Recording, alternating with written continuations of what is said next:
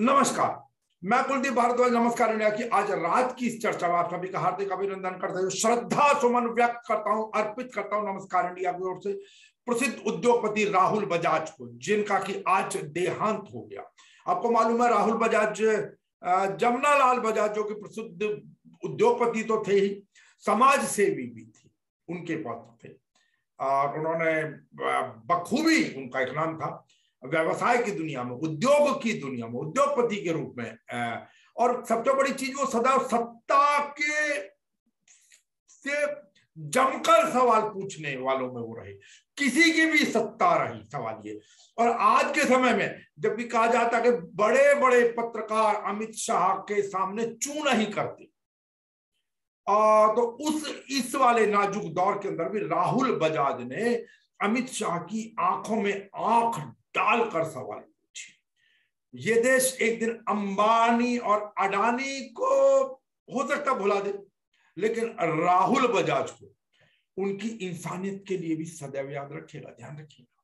खैर, सबसे पहले राहुल बजाज की एक क्लिप छोटी सी, किस प्रकार वो सत्ता की आंखों में आंखें डालकर सवाल करने से भी नहीं झिझकते थे। जो माहौल है ये जरूर हमारे मन में है, कोई बोलेगा नहीं हमारे industrial friend, I say that openly. पर यूपीए 2 में तो हम किसी को भी गाली दे सकते थे, दैट इज अलग बात। आप अच्छा काम कर रहे हैं उसके बाद भी हम आपको क्रिटिसाइज ओपनली करें, कॉन्फिडेंस नहीं है कि you will appreciate that. I may be wrong, fine, but वो हम सबको लगता है कि I can't speak for everybody, but ये चीज़ है जो मेरे को बोलनी नहीं चाहिए, पर हंस रहे हैं लोग, चढ़ बैठे सूली पर। But thank you. पुनः राहुल बजाज के लिए श्रद्धा सुमन भावभीनी श्रद्धांजलि नमस्कार इंडिया की ओर से। अब उससे आगे चले, आपको मालूम है समझबानी जो जंग, वैसे मैं माफी के साथ और अनेकों बार कह चुका, और आप सबने देखा किस प्रकार भारतीय जनता पार्टी से संबंधित लोग या उनके समर्थक लोग किस प्रकार जानबूझकर चर्चा में बने रहने के लिए अत्यंत निकृष्ट भाषा, निम्न स्तर की भाषा, घटिया स्तर की भाषा, शर्म, मैं कहता हूं चुल्लू भर पानी में डूब मरना चाहिए ऐसे लोगों को, जिस प्रकार की भाषा का ये लोग प्रयोग करते रहे। और आज उसी भाषा में आसाम के मुख्यमंत्री हेमंत बिस्वा शर्मा, उन्होंने किस प्रकार राहुल गांधी के संदर्भ में कहा कि भाई हमने क्या कभी पूछा है कि वो राजीव गांधी के पुत्र हैं या नहीं, क्या उसका प्रूफ मांगा है। इन लोगों को शर्म नहीं आती इस प्रकार की बात कहते हैं। मेंटेलिटी देखो, ये लोगों का मेंटेलिटी देखो। जनरल बिपिन रावत था हमारा उत्तराखंड की गौरव था, देश का गौरव था। उनका नेतृत्व में भारत ने पाकिस्तान में सर्जिकल स्ट्राइक किया। राहुल गांधी क्या बोला, भाई प्रूफ दो, प्रमाण दो।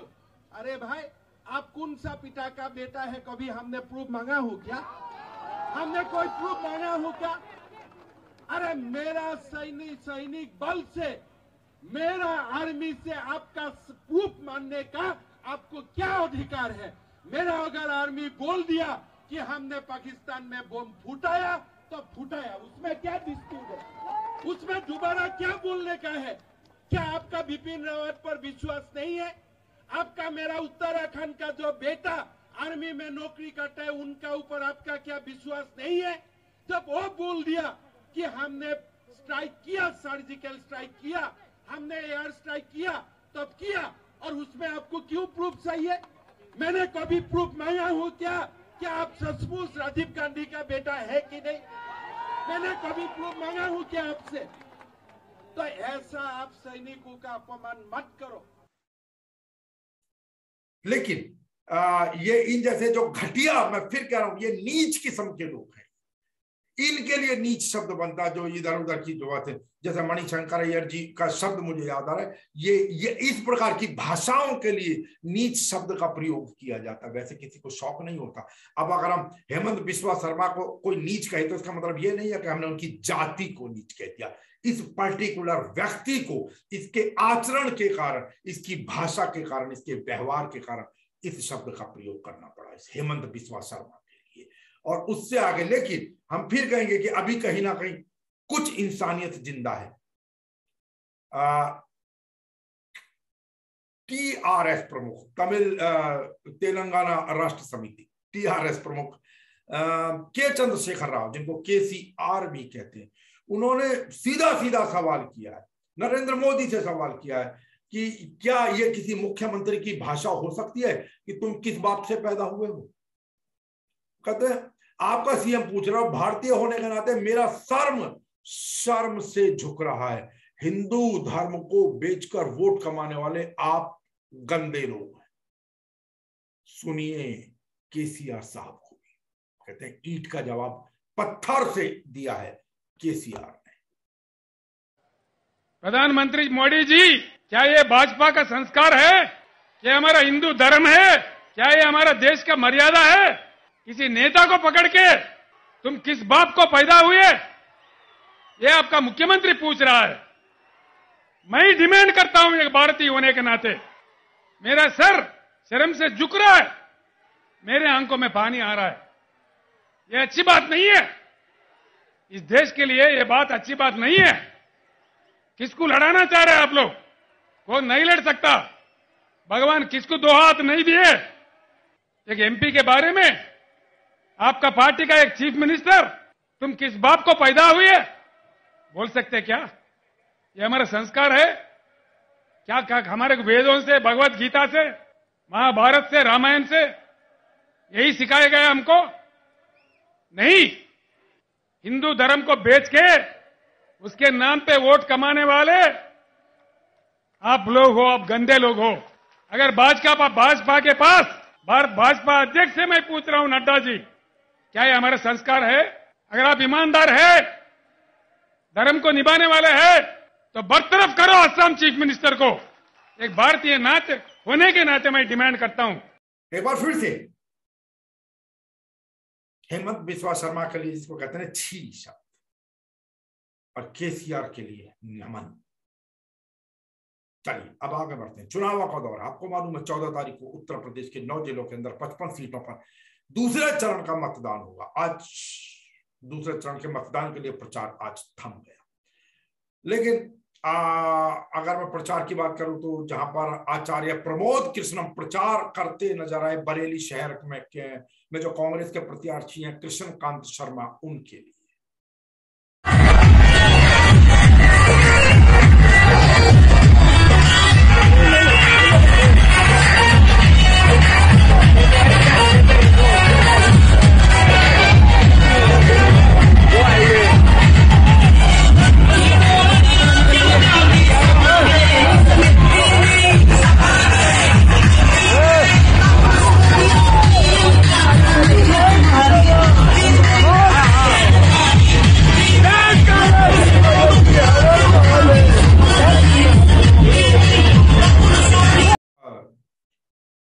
वहीं दूसरी तरफ बदायूं में अखिलेश यादव का जलवा देखते ही बनता था।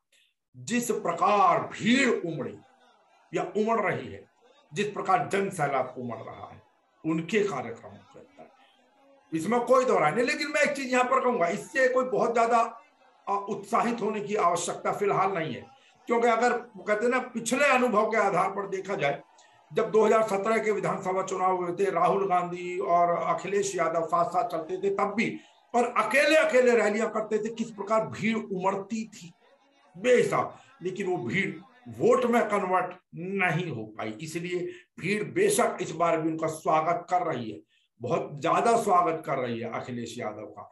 लेकिन मैं फिर कहूंगा कि इसके कारण अति उत्साह में हम लोग आकर इसको वोट में कन्वर्ट हो जाए ऐसी आस अभी ना लगाए। हो जाए ठीक है, वो जैसा जनता का मत होगा वो देखा जाएगा। उसके बाद प्रियंका गांधी जवाब देती नजर आई, उनसे जब सवाल पूछा गया सिविल ड्रेस कोड लागू किया जाएगा, उसको लेकर क्या कहना है? उनसे कहिए पहले लोगों के पेट भरे, समझे? उनसे कहिए रोजगार दिलवाइए, महंगाई हटाइए, लोगों को मजबूत बनाइए, तब ये सब बातें हों। मैम भाजपा ये थे प्रियंका गांधी, क्योंकि पुष्कर सिंह धामी जो उत्तराखंड के मुख्यमंत्री, उन्होंने कहा है कि चुनाव जीतने के बाद हम उत्तर प्रदेश के विद्यालयों में, शिक्षण संस्थानों के अंदर, उत्तराखंड के शिक्षण संस्थानों के अंदर सिविल ड्रेस कोड लागू करेंगे। हालांकि और तरीके के कटाक्ष भी आ रहे हैं कि वे नहीं, अगर कांग्रेस आई तो वहां पर इस्लामिक यूनिवर्सिटी बना देगी, आदि आदि जो कुछ भी। हाँ, इस्लामिक यूनिवर्सिटी के नाम पर हम, मुझे याद आया कि कल जो हमने कार्यक्रम किया था, हमने जो टोपी पहनी हुई थी, उस टोपी के ऊपर हमें एक कमेंट आया, एक शर्मा जी हैं वो भी, और उन्होंने, योगेश शर्मा नाम से एक कमेंट है, और उन्होंने हमसे कहा कि भाई सब चीजें ठीक है, लेकिन आपने ये मुस्लिम टोपी कैसे पहन ली, इस्लाम वाली। देखिए बहुत सीधी सी बात है, जो टोपी हमने कल के कार्यक्रम में पहनी हुई थी, आप गौर कीजिएगा, पश्चिमी उत्तर प्रदेश, क्योंकि मैं पश्चिमी उत्तर प्रदेश का, महाराष्ट्र के अंदर आप चले जाइए, उसी कोण की टोपी पहनी जाती है। ठीक है, वो कपड़े की टोपी होती है, सर्दियों में थोड़े गर्म वाले मोटे कपड़े की आने लगी है उत्तर प्रदेश जैसी जगहों के अंदर या इसके आसपास के क्षेत्र के अंदर, लेकिन पहले यही टोपी पहनी जाती थी, जिसको नेहरू टोपी भी कहा जाता था। अब मैंने जो पहन रखी थी उसके अंदर फर जरूर लग गए, वो क्षेत्र के हिसाब से होता है भैया। गर्मी, अब जहां भी जैसे मोटे गर्म कपड़े की, उसी प्रकार की नेहरू टोपी जिसको अगर कहा जाए, तो वो जो पहने जाने लगी, उसको मोरारजी देसाई भी इसी प्रकार की टोपी पहना करते थे। यहाँ पर आज भी लोग, हालांकि नारायण दत्त तिवारी तक ये चीज रही, अब उसके बाद उस टोपी का चलन कांग्रेस के अंदर भी कम हो गया, लेकिन ये चीज के, ये मुस्लिम की टोपी है, ये हिंदू की टोपी है, कल को कहेंगे आपने हरियाणा की टोपी पहन ली, फिर कहेंगे आपने पग बांध ली सिखों की, ये तो कोई तुकबंदी साहब नजर नहीं आई। शर्मा जी, मैं माफी के साथ कहना चाहूंगा इस चीज, अगर हमें इतना ही परहेज है तो फिर हम इस्लामिक देशों से आने वाले खजूर क्यों खाते हैं? इसका मतलब तो आप खजूरों का भी बहिष्कार कराएंगे। इसका मतलब तो मुस्लिम देशों से आयातित मोबाइल, कुछ देशों में जो बने, या उनके देश से आयातित कपड़ा या और चीजें या और कोई टेक्नोलॉजी अगर वहां से आ रही है, या मुस्लिम देशों से कोई दवाई का अगर कोई आयात हुआ है, या फलों का आयात हुआ है, या पाकिस्तान जैसी जगहों से जैसे पान के पत्ते आदि आदि बहुत सारी चीजें आती हैं, छोटी इलायची आदि, या अफगानिस्तान से आजकल राजमा जो है वो अफगानिस्तान का चल, कश्मीर का अखरोट भी फिर तो आप बैन कराएंगे, क्योंकि वो भी तो मुस्लिमों ने उगाया होता ज्यादातर। मैं चाहूंगा कि कम से कम इस प्रकार का मानसिकता को त्यागा जाए, यही मानसिकता है देखिए जो हम लोगों को भिड़ाती है, यही मानसिकता है। मैं फिर कह रहा हूं, कर्नाटक के उस शिक्षण संस्थान के अंदर उस लड़की ने क्या पहला, उस पर डिस्कस किया जा सकता है, लेकिन किस प्रकार लोगों ने उसको तंग किया, यही चाहता है। आज का जो इलेक्ट्रॉनिक मीडिया है वो हमें कहां ले गया, हमें एक दूसरे से भिड़ा रहा है, और कहा जाता है कि यही, इसी संकुचित मानसिकता के कारण, यही भिड़ाने की चाल में जब कुछ राजनेता कामयाब हो जाते हैं।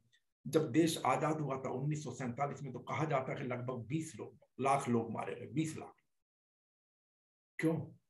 क्योंकि हम लोग ऐसे ही भिड़ गए थे, हमने सब्र से या अकल से काम नहीं लिया था।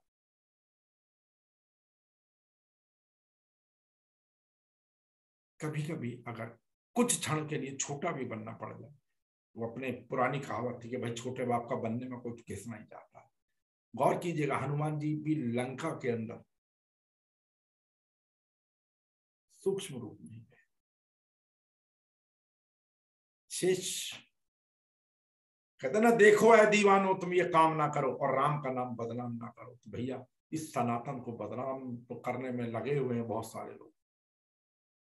ये कहां आ गए, हमें कहां ले जाया या ला दिया गया है, ये हम लोग सोचें, और अभी नहीं सोचेंगे हम और आप नहीं सोचेंगे तो कौन सोचेगा, ये समस्या बाहर है। खैर, चलते चलते राजनीति की खबर के अंदर मैं एक जानकारी आपको और दे दूं, खाली प्रचार के अंदर, क्योंकि हम उत्तर प्रदेश और उत्तराखंड तक ही सीमित रह गए, तो खाली प्रचार के अंदर प्रियंका गांधी या आचार्य प्रमोद कृष्णम या अखिलेश यादव या बीजेपी के कैंडिडेट, यही लोग नहीं थे।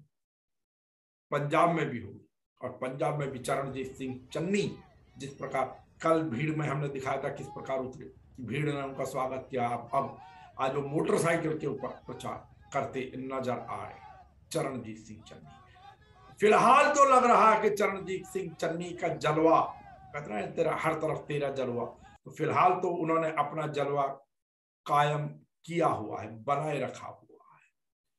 बाकी उत्तर प्रदेश में स्कूलों में अब सोमवार से 100% मतलब स्कूल सब खुल जाएंगे, सारी शिक्षण संस्थाएं खुल जाएंगी। मध्य प्रदेश के अंदर भी सभी प्रकार के जो प्रतिबंध हैं वो समाप्त कर दिए गए हैं। अब फिर वही कहूंगा, बेशक प्रतिबंध समाप्त हो गए या किए जा रहे हैं धीरे धीरे, लेकिन फिर भी अगर आप दिल्ली रहते हो, दिल्ली के आसपास, तो दिल्ली के आसपास ध्यान रखिएगा भी, सर्दी ठीक है, दोपहर के समय में थोड़ी कम है, धूप तेजी पकड़ रही है, लेकिन सुबह शाम का मौसम अभी ठंड का है और सावधानी हटी दुर्घटना घटी। इसलिए और वैसे भी दिल्ली जैसी जगहों में आप बाहर निकले, मास्क यहाँ की जगह यहाँ खिसका तो 2000 के चालान के लिए तैयार रहिएगा। जो केजरीवाल साहब है साहब, वो आपको लूटे बिना बांधेंगे नहीं। दिल्ली के बाहर जाकर बेशक केजरीवाल जी कुछ भी कहते फिरे जाए, लेकिन सत्य तो ईश्वर ना करे आपको किसी प्रकार की कोई दिक्कत हो, कोई सुनवाई नहीं है अफसरशाही के अंदर। और मैं बता दूं, खाली आप सवाल दिल्ली सरकार छोड़िए, दिल्ली हालांकि अब तो वही है ना, दिल्ली सरकार का मतलब दिल्ली के लेफ्टिनेंट गवर्नर, वो भी आप उनके यहाँ लिख लीजिए, कोई जवाब नहीं आ रहा। जो ये बसें चल रही हैं, इनमें जो स्टाफ होता है कई बार वो भी कभी व्यवहारिकता कोई, मैं कहूँ 2 कौड़ी की नहीं कई बार।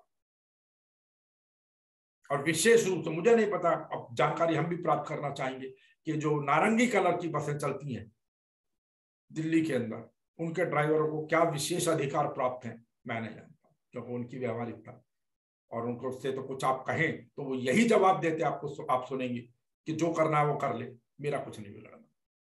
और ये भी है कि आप खूब शिकायतें भी की जाती हैं, लेकिन कोई सुनवाई, आपका जवाब ही नहीं आना है साहब। ना एलजी के यहाँ से जवाब आना है, ना सीएम के यहाँ से जवाब आना, ना मिनिस्टर के यहाँ से जवाब आना, ना किसी और के यहाँ से जवाब आना। कार्यवाही तो बहुत बात। खैर, बाहर निकले, मास्क यहाँ ऊपर से और नीचे तक लगा लीजिए।